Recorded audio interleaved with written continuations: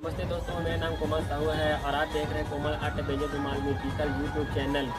दोस्तों, हमारे चैनल के वीडियो पसंद आता है तो ज़्यादा से ज़्यादा लाइक किया करो अपने दोस्तों के साथ और व्हाट्सएप ग्रुपों में शेयर किया करो। और इसी तरह के बीमार का वीडियो देखने के लिए हमारे चैनल को जरूर सब्सक्राइब करके और सब्सक्राइब बटन के बगल में जो बेल आइकन होती है उसे जरूर दबाएँ और उसे ऑल पे सेटिंग करें। इससे क्या होगा, हमारे आने वाले हर नए वीडियो के नोटिफिकेशन आपको मिलते रहेंगे।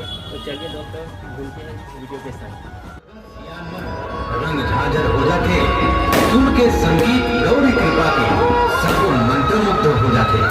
आओ संगीत आओ संगवारी, मिलके रास रचाबो, गौरी कृपा धुमाल ग्रुप संग नाचबो और नचाबो। छत्तीसगढ़ के ख्याति प्राप्त धुमाल पार्टी गौरी कृपा धुमाल ग्रुप जेकर प्रोप्राइटर है भाई विनोद कुमार।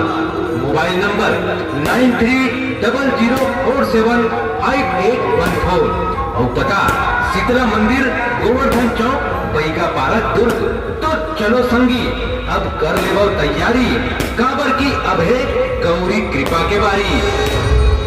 1 2 3 चलो।